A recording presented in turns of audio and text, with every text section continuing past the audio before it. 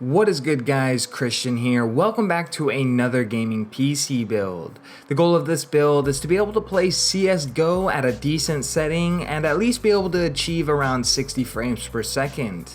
Now the cost of the PC itself is going to be around $500, and on this video I'm going to add a gaming monitor as well as a gaming keyboard and mouse, and with those two added it's going to be around $750. Now remember to keep in mind that everything listed in this video is going to be in the description down below, so if you want to go ahead and build this computer, then feel free to do so. But without further ado, guys, let's get started.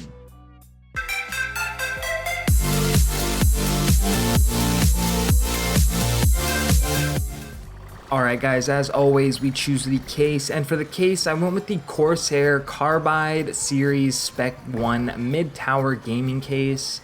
Now the main reason I went with this case is because it is the best looking, cheapest case you can find on Amazon, and to be honest I feel like it just absolutely looks fantastic, especially for the price at $52.67 on Amazon, and it has an almost 5-star rating. It does have one fan that comes with it that glows red, so definitely keep that in mind. This is going to be kind of a red build, but let's go ahead and move on to the next item. Next is the motherboard, and for the motherboard I chose the Gigabyte LGA 1151 Intel H110 Micro ATX DDR4 motherboard. Now the main reason I chose this motherboard is because of its price point at $65.99. Hands down, this was the best motherboard I could find for a cheap price, and it has a solid 5-star rating, and Gigabyte makes some great motherboards, so definitely check this motherboard out. But let's go ahead and move on to the next item.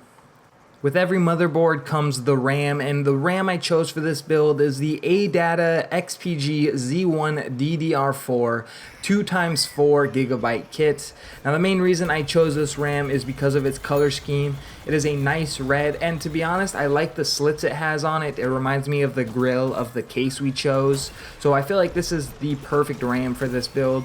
Right now on Amazon you can get it for $42.87 plus shipping depending on where you live, and it has a solid 5-star rating, so this is the perfect RAM for this build. But let's go ahead and move on to the next item. Since this is a Counter-Strike build, I didn't think the amount of memory was very important, and I decided to go with the Snappy Kingston Digital 120GB SSD.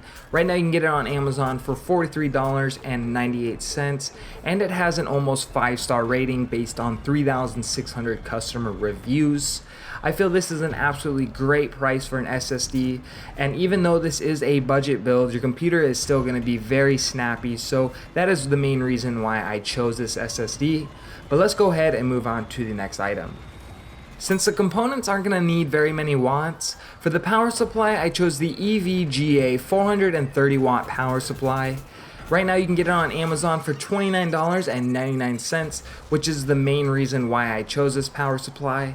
This is definitely a basic and cheap power supply, but since we're just going to be playing Counter-Strike with this build, there's no reason to get a fancy expensive power supply.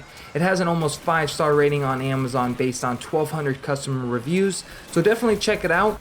But let's go ahead and move on to the CPU. For the CPU, I chose the new Skylake Intel Box Core i5-6400. It can support DDR4 and DDR3 RAM.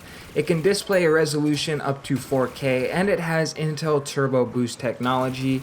Now this is hands down probably one of the best entry-level CPUs.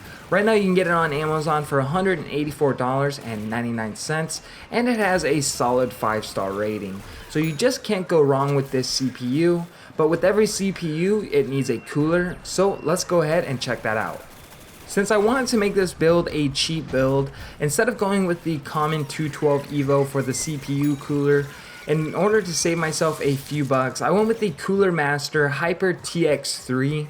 Now this is pretty much the 212 EVO, it's just a smaller version, but it's still going to do a great job at keeping the i5 cool. Right now you can get it on Amazon for $18.80, and it has an almost 5-star rating based on 1,700 customer reviews. But let's go ahead and move on to my favorite component of this build. Alright guys, as always, the GPU is my favorite part of any computer build, and for the GPU, I went with the Zotac GeForce GTX 750 Ti 2GB graphics card. Now this graphics card is going to be perfect if you plan on just playing Counter-Strike or any other older games like Team Fortress 2, etc. You're going to be able to at least achieve, around 40 to 60 frames per second with this graphics card when you play Counter-Strike Go. And the best part about it is it only costs $99.99, which is a great price for this graphics card. It almost has a 5-star rating as well, so you just can't go wrong with this graphics card. But let's go ahead and move on to the extra peripherals of this build. Now I normally don't add extra peripherals to my gaming PC builds, but since this PC build was aimed towards a certain game, I thought it was a good idea to add a gaming keyboard and mouse and a gaming monitor. So for the gaming keyboard and mouse, I went with the Cooler Master Devastator 2 LED gaming keyboard and mouse combo. You can get it in 3 different colors, blue, green, and red, and obviously I chose the red color as that is the color choice of our computer. It has 3 DPI settings, 1000, 1600, and 2000. And even though this isn't a mechanical keyboard, according to the reviews, it feels exactly like one. You can get it on Amazon for $34.99, and it has a solid 5-star rating. So you really can't go wrong with this keyboard and mouse combo, but let's go ahead and move on to the monitor. For the monitor, I chose the BenQ GL2760H 27-inch HDMI LED lit monitor. It has a fast response time of 2 ms, which is perfect for gaming. And right now you can get it on Amazon for $169, which is a fantastic price for this monitor.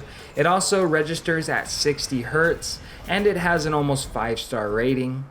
So there you have it guys, that was my gaming PC build for Counter-Strike, along with some extra gaming peripherals. I hope you guys did enjoy this video. If you did, make sure to hit that thumbs up button. If you aren't subscribed, make sure to smash that subscribe button. And if you have any questions or comments, feel free to leave them down below and I'll get back to you as soon as possible.